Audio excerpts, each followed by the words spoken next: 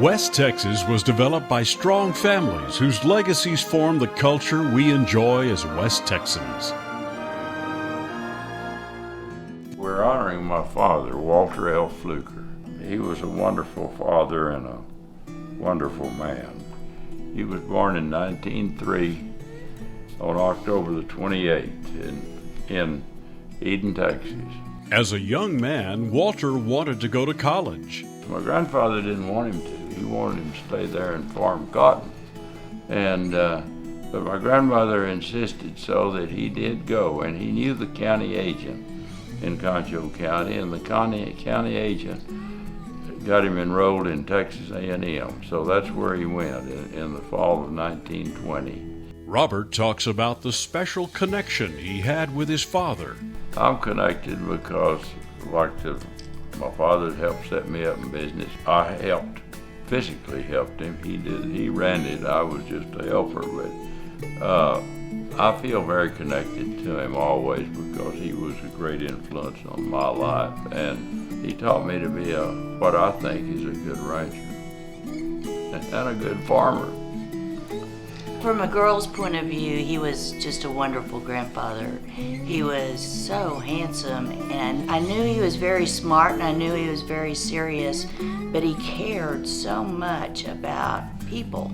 Robert's dad knew just what to say to get his point across. I was getting real rodeo-minded when I was about 15 or 16. He said, "I just don't think you're going to make a lot of money looking through 2 years of art."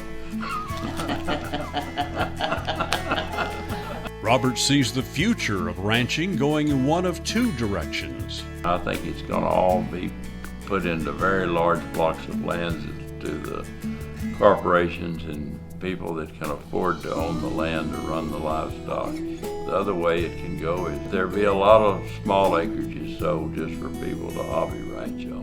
Dad was talking about the word organize and organizing the ranch. He was very business minded, and so whether it be for wool or mohair or cattle or for farming, you saw him bring the business side to it, and he always was striving for excellence. We have chosen to honor my father, Robert L. Pfluger.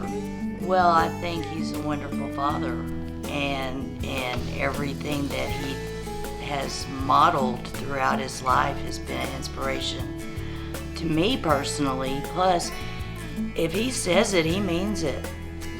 There is no if, and, or but, and that keeps you square with how a person feels in your relationship with him. We want to honor Dad because of his desire, his striving for excellence in his work and his ranching.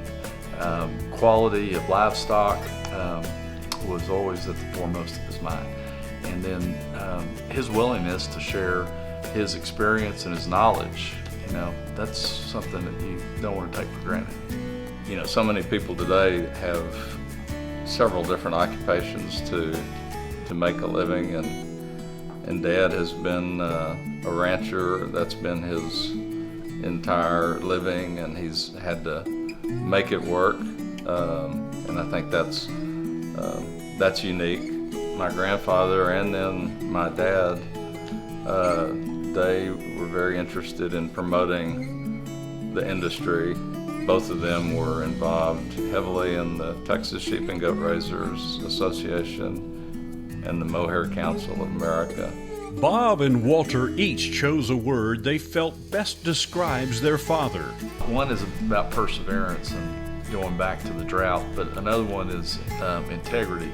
I can still picture Dad at the edge of the barn by the gate, and he always counted the goats as they came off the shearing floor and came out, and he always counted them. So this one time, Dad had whatever number he had. Well, it was more than the shearer captain had. And Dad said, no. He said, we always pay on my numbers, whether it's bigger or smaller, and I'm paying it on my numbers. And I don't know if it was 25 head or 50 or 100. It didn't really matter. Dad is just consistent and fair, and that's how he always handled it. I would say frugal, and I think that's a word that you have to have if you're going to be in the ranching business in this part of the country.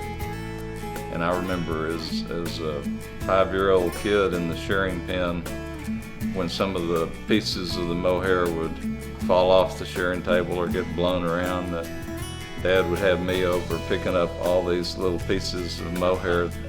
That kind of typified the frugality of making sure that everything that you could sell got in that mohair bag.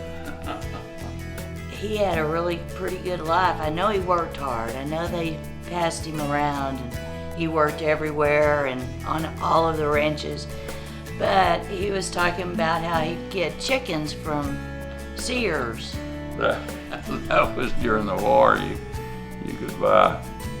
I stayed with my grandparents during the war. My father was in the Army 4 years. And, you know, we had to raise our own food during the war. You had a victory garden, and you had chicks. We'd order the chicks from Sears, 25 at a time. And it just took about 6 or 8 weeks. You had fried chicken. Bob talks about the special connection you get with the ranch. I don't think you can help not feel connected after the number of summers and days of helping with sharing or riding horseback or working with livestock, and then which was all work, and then hunting season, family and friends on the ranch during hunting season. That's wonderful memories, and it just becomes a part of your fiber. Thank you to the Walter L. Pfluger and Robert Pfluger families for their contributions to our West Texas heritage.